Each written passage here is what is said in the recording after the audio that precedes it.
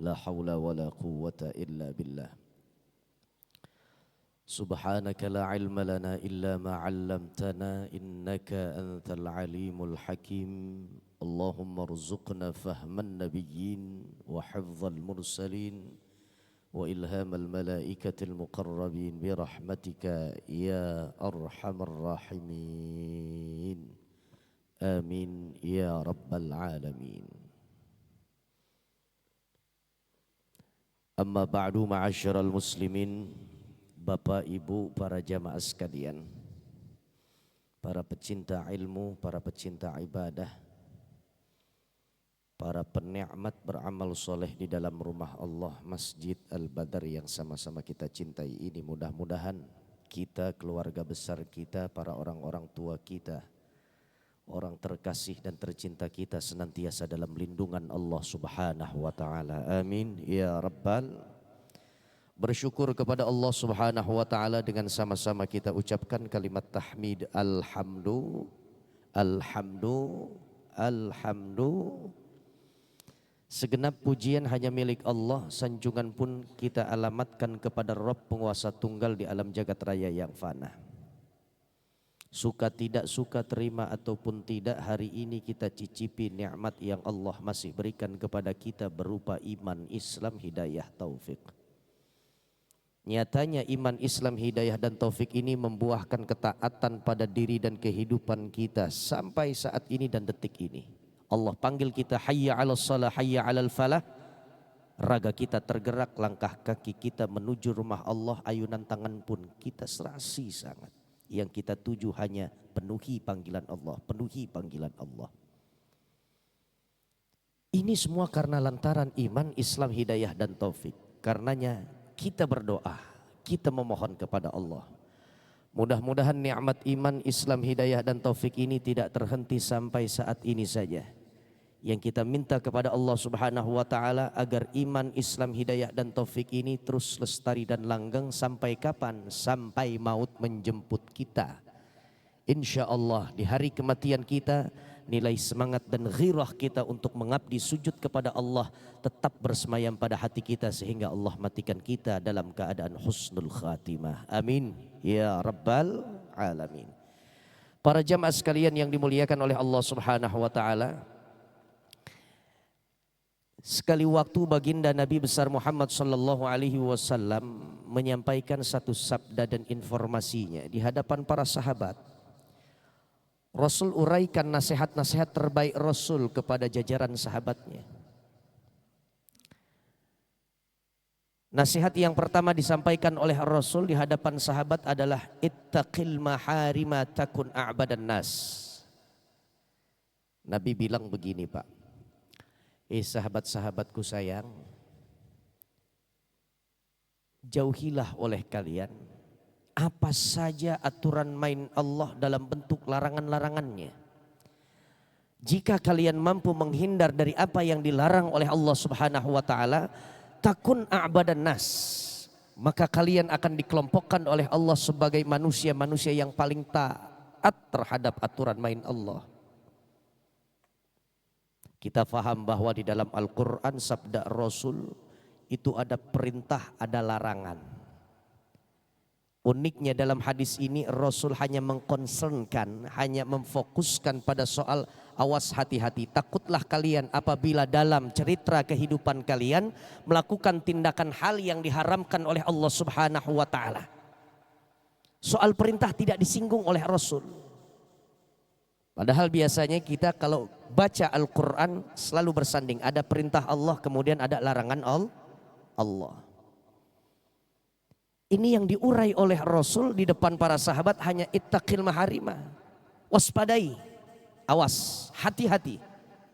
Jangan sampai kau melakukan tindakan keharaman, larangan-larangan Allah Subhanahu wa taala. Jangan kau menjadi pelanggar undang-undang Allah. Kalau kalian mampu menghindarkan diri kalian dari segenap apa yang dilarang oleh Allah Subhanahu wa taala, apa kata Rasul? Takun a'badan nas. Pasti Allah stempel kalian menjadi orang-orang yang paling pandai dalam mengibadahi Allah. Sehingga orang-orang yang ahli fikih, pakar tentang hukum syariat, beliau menyatakan bahwa orang yang hanya sekedar melakukan tindakan ketaatan kepada Allah, meskipun Allah siapkan pahala untuk orang yang melakukan ketaatan perintah Allah Subhanahu wa taala, tapi jauh lebih besar pahala yang disiapkan oleh Allah apabila Allah menyaksikan ada hambanya yang sukses dan berhasil saat tidak terperangkap dalam kemaksiatan, meskipun kemaksiatan itu menganga lebar berpotensi untuk ia lakukan. Analogi yang berbedanya begini Pak, kita faham ada amar ma'ruf nahi munkar, ajak orang melakukan kebaikan. Ada pula sayap yang sebelah kanannya itu mencegah saudara kita dari kemungkinan saudara kita melakukan tindakan kemaksiatan. Semua kita ngajak kebaikan mudah gampang. Yang sulit itu adalah mencegah saudara kita atau sahabat kita, kolega kerja kita, saatnya ia mau melakukan tindakan yang diharamkan oleh Allah, kita cegah, itu yang sulit. Kadang-kadang gengsi kita, kadang-kadang gak enak hati kita, takut dibilang kayak ustadz lo. Yang sulit demikian. Mencegah saudara kita melakukan tindakan kesalahan itu sulit, jauh lebih sulit daripada hanya sekedar kita mengajak kebaikan. Salat zuhur yuk di bawah yuk, al-badar yuk, ayo. Ntar jangan langsung pulang nih, kita dengar kajian dulu. Mudah gampang, siapapun bisa.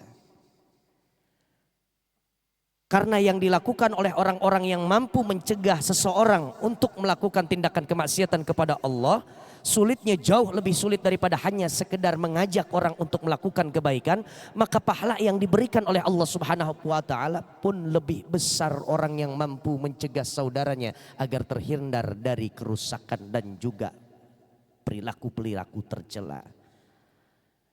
Karenanya Rasul sampaikan, ittaqil maharima, awas hati-hati jangan sampai melanggar aturan main Allah. Kalau Anda sudah mampu menguasai diri Anda, gejolak hawa nafsu yang begitu menggila, ditambah lagi dengan kecohan setan dari eksternal kita, internal dari hawa nafsu kita Pak.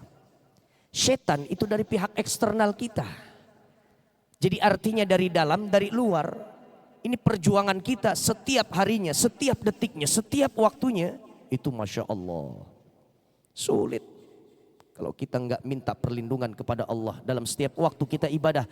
Oleh karenanya baca a'udzubillahi minasyaitonirrajim bukan hanya sekedar kita ingin memulai bacaan Al-Quran kita. Tiap hari kita minta perisai yang paling baik kepada Allah agar setan tidak berhasil. Artinya justru kita yang menang saat adu panco, adu kekuatan, adu pengaruh di hadapan setan. Insya ini nasihat yang pertama. Nasihat yang kedua, Rasul sampaikan, sahabat-sahabatku, warda bima qasamallahu laka takun aghnan nas. Relalah kalian, munculkan, timbulkan, lahirkan di dalam hati dan batin kalian sifat yang begitu legowo. Saat kau sudah merasakan dan mengalami apa saja yang Allah putuskan untuk nasib kehidupanmu, dan ini keputusan datangnya dan sumbernya adalah dari Allah Subhanahu wa taala, relalah kalian. Ikhlas menerima, takun aghnan nas. Sejauh kalian rela atas apa yang Allah telah bagi dan paruhkan untuk kalian, maka Allah Subhanahu wa taala pasti akan mencatat Anda adalah orang-orang yang paling kaya. Karena ada sifat qanaah. Sifat qanaah ini adalah menerima, merasa cukup dari pemberian Allah. Bahkan orang-orang qanaah tidak melihat sebagaimana kuantitas orang-orang yang selalu mengukur kekayaan orang lain selain daripada dirinya. Itu orang qanaah. Lawan kata daripada sifat qanaah, merasa cukup dari pemberian Allah, adalah toma'. Apa Pak? Toma'. Apa arti toma'? Tamak. Dari bahasa Arab itu. Apa arti tamak? Rakus. Ambisius. Sudah diberikan oleh Allah kekayaan ini, masih belum juga cukup merasanya. Sehingga apa? Menghalalkan segala cara. Hak orang lain dirampasnya secara paksa. Makanya di lain hadis Rasul pernah mengatakan iyyakum wattama'. Waspadai di dalam kehidupanmu. Ada Adam. Kalau ada rasa tamak dan rakus di dalam hati kalian. Ingat kata Nabi. Dulu ayahanda kita Adam saat diberikan oleh Allah Subhanahu wa taala satu kesempatan menempati setiap sudut ruang surga yang tidak ada cacat dan celanya, full kenikmatan, full service dari Allah, pelayanan dari Allah Subhanahu wa taala. Karenanya Allah katakan dalam Al-Qur'an, uskun anta wa zaujukal jannah. Adam, tinggallah Anda berdua-dua di sini dengan kekasih hatimu, pendampingmu, permaisuri cantikmu, yaitu Hawa. Nikmati semua apa yang ada di dalam surga.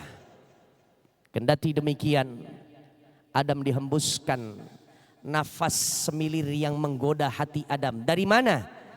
Dari luar surga. Saat iblis sudah dilemparkan oleh Allah dari luar surga, saat itu iblis sudah mendekam menjadi penduduk bumi. Dikecoh oleh iblis. Masuk menghujam dada Adam, masuk menghujam dada Hawa. Ada sifat tamak di dalam hati keduanya. Sambil kecohan iblis bilang begini, Adam, saya dengar itu ada larangan dari Allah. Semua yang Anda rasakan di alam surga semuanya gratis. Hanya ada satu katanya. Wala taqraba hadhihi syajarata fatakuna minadh dhalimin. Jangan kau dekati itu pohon terlarang. Yang nama buahnya katanya kebanyakan riwayat menyatakan buahnya bernama buah khuldi, buah kekekalan. Dam, sebelum kau menjadi penduduk surga, aku ribuan tahun sudah mencicipi surga, Dam. Maka tidak ada sejengkal tanah pun yang aku tidak faham tentang surga. Kenapa aku diusir? Bukan karena aku enggan sujud menghormat kepada engkau, Dam. Iblis nih Pak, Masya Allah, setiap hari kan ngecoh kita dia. Dia ganggu kita terus. Kasih tipu-tipu kepada kita. Dam, kau makan, dekati. Dari dulu sampai sebelum saya keluar, tidak ada yang namanya larangan Allah Subhanahu wa taala. Makan aja, Dam. Jangan hanya sekedar dekat itu kepada pohonnya. Makan buah yang tumbuh dari pohon terlarang tersebut.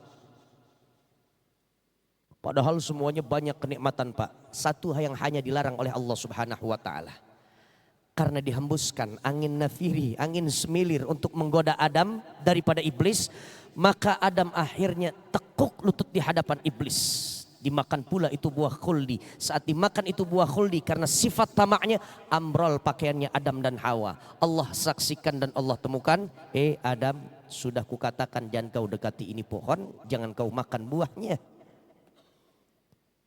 Inilah yang mengakibatkan setelah kau makan itu buah khuldi, semua pakaian-pakaian terhormatmu di alam surga ini ambrol akhirnya, Pak. Terlucuti secara otomatis. Dan tidak ada pakaian ahli surga yang membuka aurat Adam dan Hawa. Silahkan keluar. Baru kan baca Rabbana zalamna anfusana wa illam taghfir lana wa tarhamna lanakunanna minal khasirin. Baru mengakui, zalim aku ya Allah, maafkan aku ya Allah. Tanpa ampunan dan kasih sayangmu ya Allah, aku termasuk orang-orang yang zalim. Kendati pun cerita di ujungnya adalah diterima taubatnya Adam. Tapi pelajaran yang paling terpenting itu adalah awas, hati-hati. Jangan sampai ketamakan rasa rakus di dalam hati dan sifat kita itu yang menggerogoti kita. Akhirnya tidak ada rasa qanaah di dalam hati dan kehidupan kita.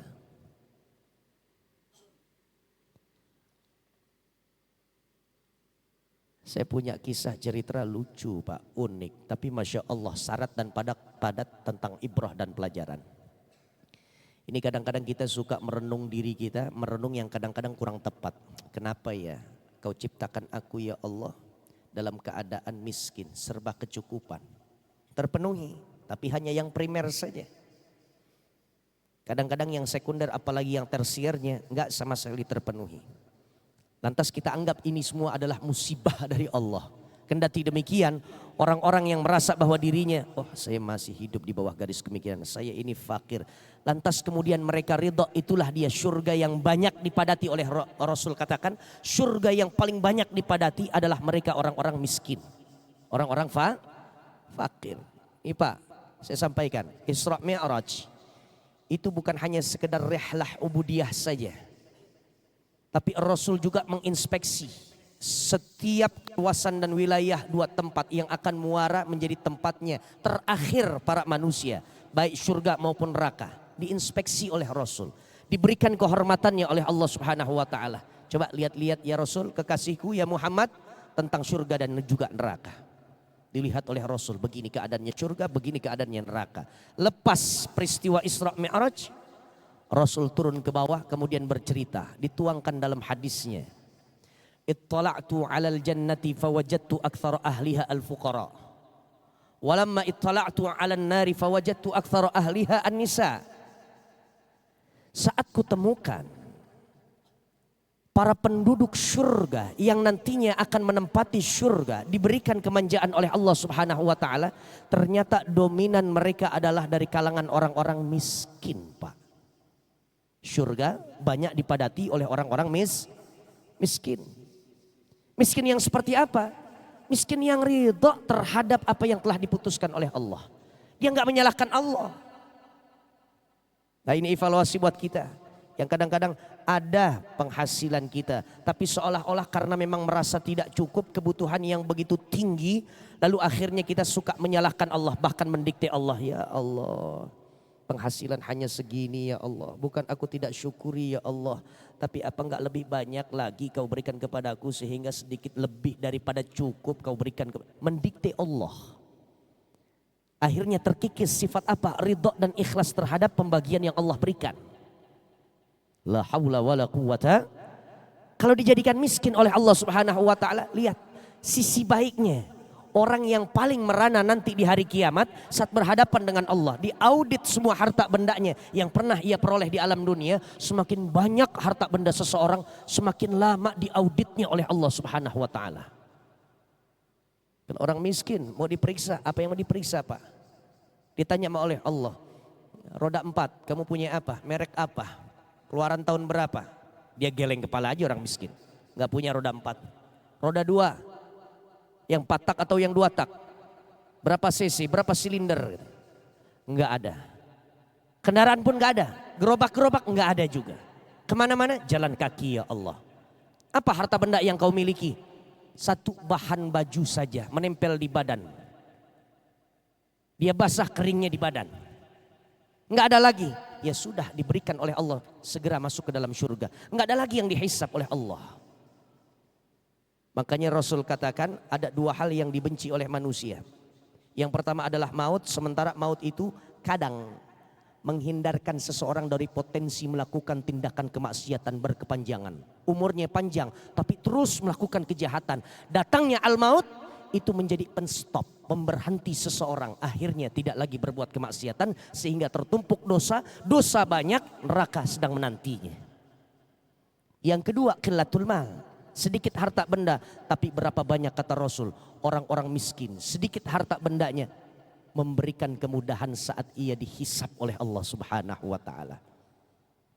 Jadi enggak ada sama sekali kau punya harta benda dan kekayaan. Asetmu yang kau tinggalkan sebagai warisan tidak ada. Hanya iman dan takwa untuk anak-anakku yang kutinggalkan sebagai warisan. Itu orang miskin Pak. Orang miskin. Yang paling banyak padati surga adalah orang Mudah-mudahan Allah masukkan kita ke dalam surga. Amin. Mudah-mudahan Allah jadikan kita orang miskin. Enggak ada yang amin tuh.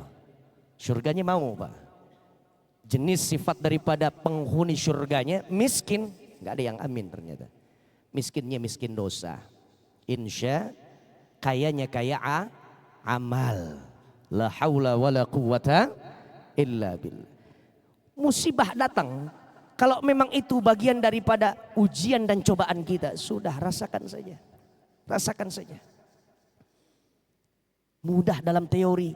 Gampang juga diucapkan. Tapi terapan sedang menanti kita. Kapan di hari-hari mendatang? Paling tidak modal dan bekalnya sudah kita bawa dan kita pegang.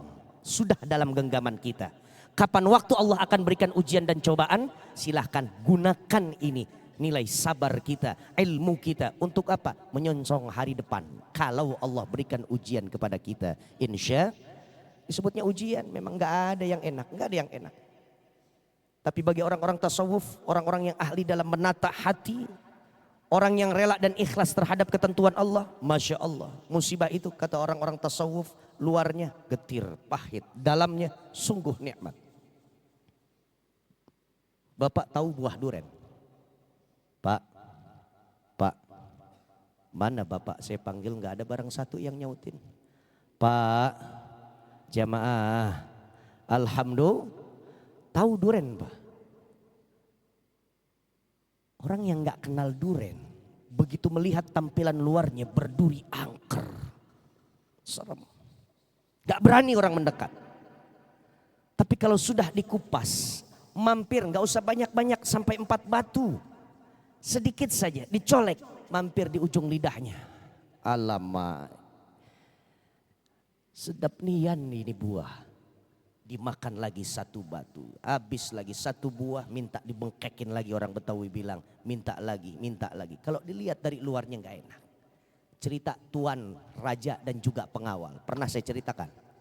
Belum. Seorang raja ada hobinya berburu. Dari kastilnya keluar hanya untuk menuju hutan, berburu saja, paling hobi. Setiap kali tuan raja berburu dikawal oleh ajudannya. Dikawal oleh ajudannya.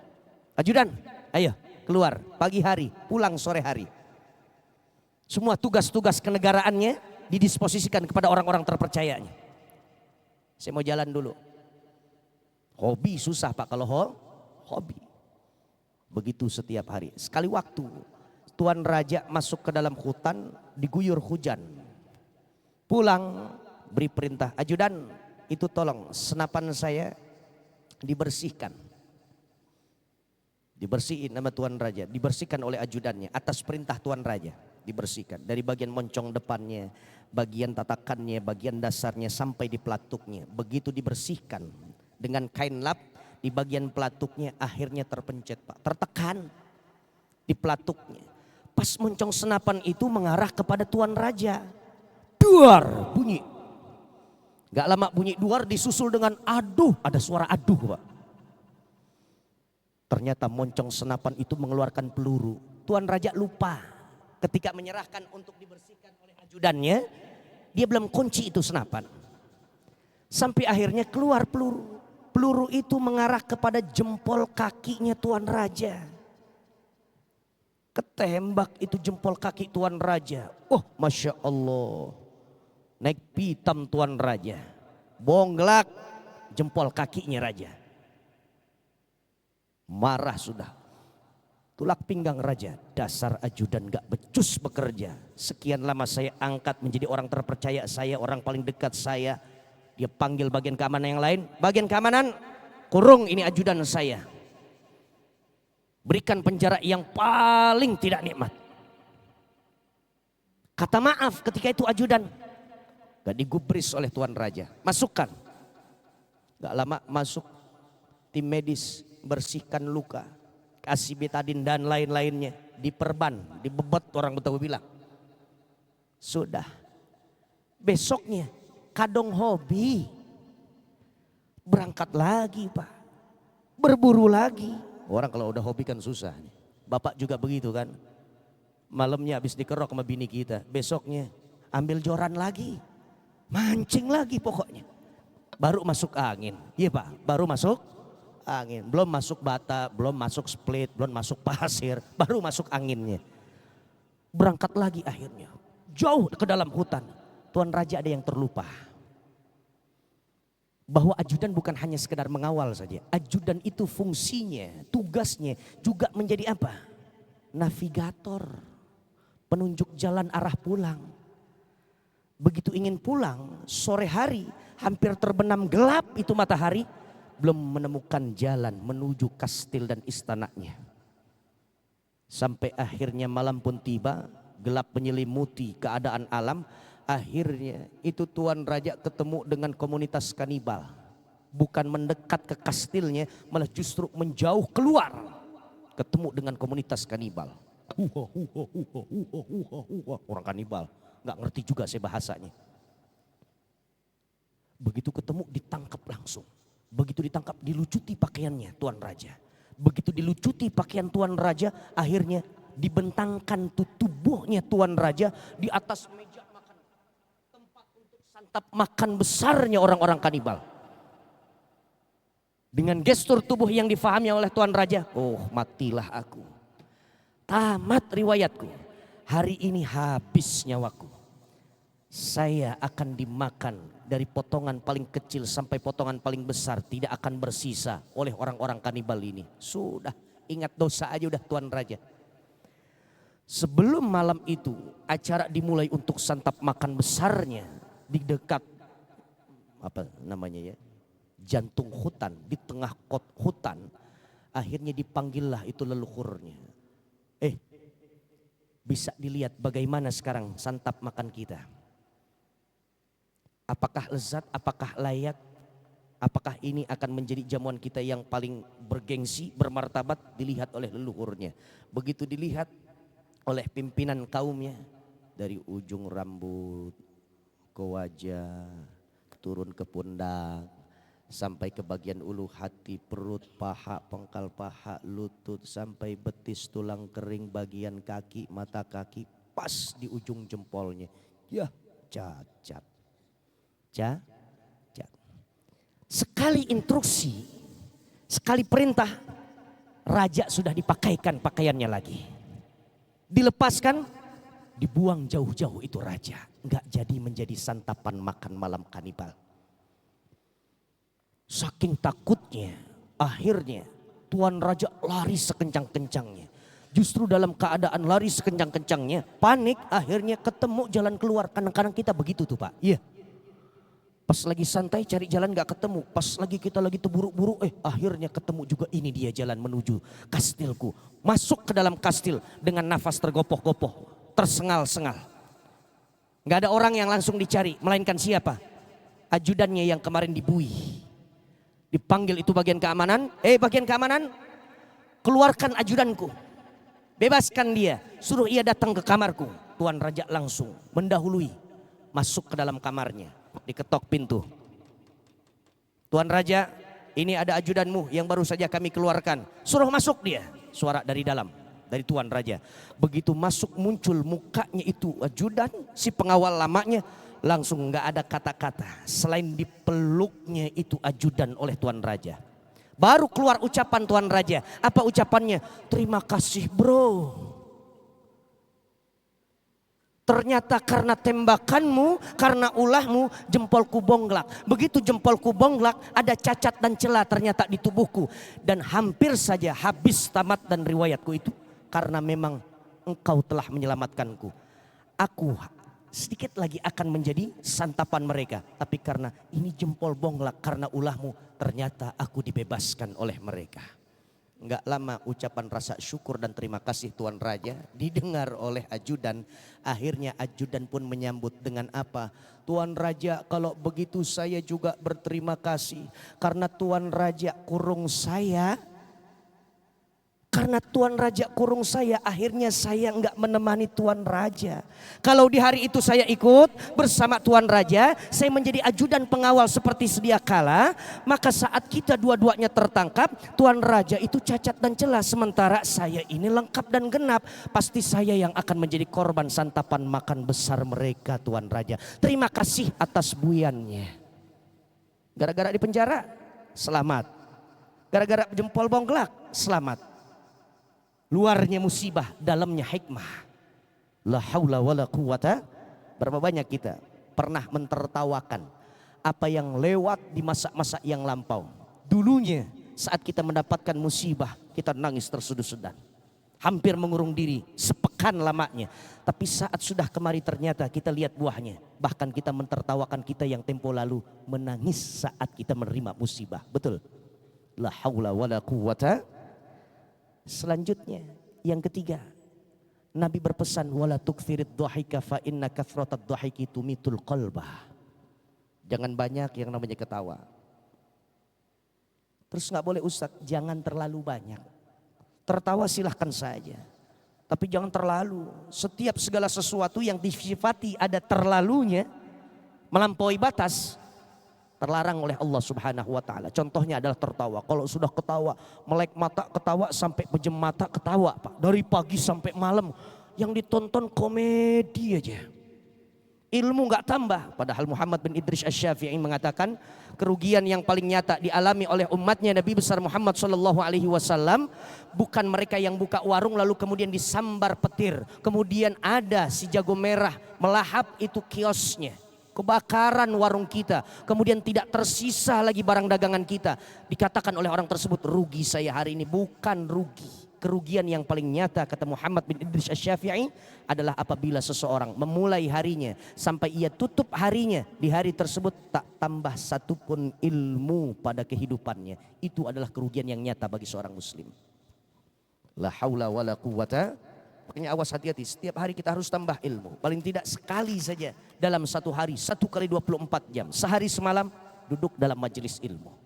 Serap ilmu, tambahkan kualitas takwa kita. Tingkatkan iman kita. Paling tidak enggak boleh jalan di tempat saja, enggak boleh, apalagi mundur ke belakang. Setiap kita peringatkan setiap tahun ada Isra dan Mi'raj, padahal filosofinya itu terlampau mahal Pak. Isra Mi'raj bukan soal seremonial, acara belaka. Isra Mi'raj, apa artinya Isra? Berjalan. Saya mau tanya Pak, berjalan itu ke depan atau ke belakang? Kalau ke belakang mundur namanya.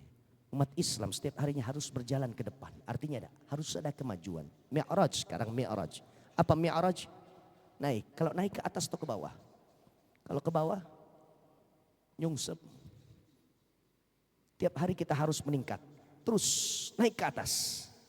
Kualitas hal-hal yang nantinya akan menjadi positif di negeri akhirat kita, itu yang harus kita kejar. Enggak boleh melandai soal akhirat kita.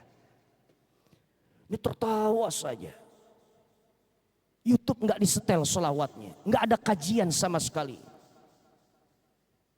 Hasil penelusuran pencarian video-video di YouTube kita semuanya adalah komedi lawakan, komedi lawakan, komedi lawakan. Nabi bilang, wala tuksirid dhahika, jangan terlampau kau perbanyak tawamu. Kenapa? Sebab salah satu yang mengakibatkan matinya hati kita adalah banyaknya tertawa. Hati kalau sudah mati Pak, Masya Allah, sulit menghidupkannya. Sulit menghidupkannya. Contoh, hati yang keras dan mati, apa perilakunya? Setiap ajakan-ajakan kebaikan pasti tertolak. Kalau sudah kemaksiatan, bawaannya udah hayo aja. La haula wala quwata illa billah. Allah katakan, siapa orang yang memperbanyak merenung di dalam dunia sehingga meneteskan air matanya, tangisnya akan diganti oleh Allah dengan senyum yang begitu lebar nanti di negeri akhirat. Sebaliknya, siapa orang yang banyak tawa di dunianya, dia akan meringis, sakit, menangis saat disiksa oleh Allah di nerakanya Allah. La haula wala quwata illa billah. Kajian ini tidak menghantarkan kita pada kesimpulan bahwa enggak boleh lawakan dan komedi, tidak. Hibur diri itu bagian daripada kebutuhan. Betul Pak? Betul Pak? Betul. Silahkan. Hanya untuk selingan saja. Ustadz kita ini udah jam 7 sampai jam 4 sore kita serius Ustadz di ruang kantor kita. Tumpukan kertas kita yang banyak kita selesaikan. Hampir panas. Sampai rumah maunya kita menghibur diri. Ya silahkan. Ilmu harus tambah paling tidak. Insya ini jalan menuju insan kamil Pak. Poin yang pertama tadi saya sudah sampaikan. Saya ingin menyimpulkan saja. Poin pertama saya sudah sampaikan bahwa jauhkanlah apa yang dilarang oleh Allah, sehingga Allah nyatakan bahwa diri kita sebagai hamba yang paling taat. Yang kedua, rela, ikhlas dan ridholah terhadap apa yang diputuskan oleh Allah dari jalan raya kehidupan kita. Kalau pahit kita rasakan pahit. Sementara Allah akan persiapkan manis, itu urusan Allah. Kapan Allah berikan manis terserah, tangan Allah, karya Allah. Jauh lebih indah daripada apa yang sudah kita anggap dan juga kita katakan bahwa itu hanyalah khayalan. Allah akan berikan manisnya. Yang ketiga apa? Jangan perbanyak ketawa. Jangan melampaui batas soal ketawa itu. Kalau udah ketawa Pak lebar, wah 7 RT dengar ketawa kita. La haula wala quwata illa billah. Sebab terlalu banyak tertawa akan mematikan hati kita. Ajakan khairat pasti tertolak. Hati kita nggak ada rasa santun kepada sesama. Disebabkan apa? Terlalu banyak tertawa. Mudah-mudahan ini dapat menghantarkan diri kita menuju insan kamil, manusia yang paripurna. Menurut siapa? Bukan menurut manusia, tapi menurut Allah dan juga Rasulullah Shallallahu Alaihi Wasallam. Ini yang dapat saya sampaikan. Mudah-mudahan ada nilai positif dan dampak yang terbaik untuk negeri akhirat kita dan menunjang untuk kesuksesan kita meraih hasanah di dunianya Allah Subhanahu wa taala. Ala hadhihi niyyah wa ala kulli niyatin salihah. Wa ila hadratin Nabi Mustafa Rasulillah sallallahu alaihi wasallam al-Fatihah. A'udzu billahi minasyaitonir rajim. Bismillahirrahmanirrahim. Lillahi rabbil alamin. Arrahmanir rahim. Maliki yaumiddin. Iyyaka na'budu wa iyyaka nasta'in. الصراط المستقيم صراط الذين أنعمت عليهم غير المغضوب عليهم ولا الضالين آمين يا مجيب السائلين بسم الله الرحمن الرحيم الحمد لله رب العالمين اللهم صل على سيدنا محمد وعلى آل سيدنا محمد اللهم إنا نستودعك ما علمتناه وما حفظناه وما قرأناه فردده إلينا عند حاجاتنا إليه اللهم أصلح لنا ديننا الذي هو عصمة أمرنا وأصلح لنا دنيانا التي فيها معاشنا وأصلح لنا آخرتنا التي إليها معادنا واجعل الحياة زيادة لنا في كل خير واجعل الموت راحة لنا من كل شر ربنا آتنا في الدنيا حسنة وفي الآخرة حسنة وقنا عذاب النار صلى الله على سيدنا محمد وعلى آل سيدنا محمد والحمد لله رب العالمين. Ini yang dapat saya sampaikan. Hadani Allah wa iyyakum ajma'in. Thumma assalamu alaikum warahmatullahi wabarakatuh.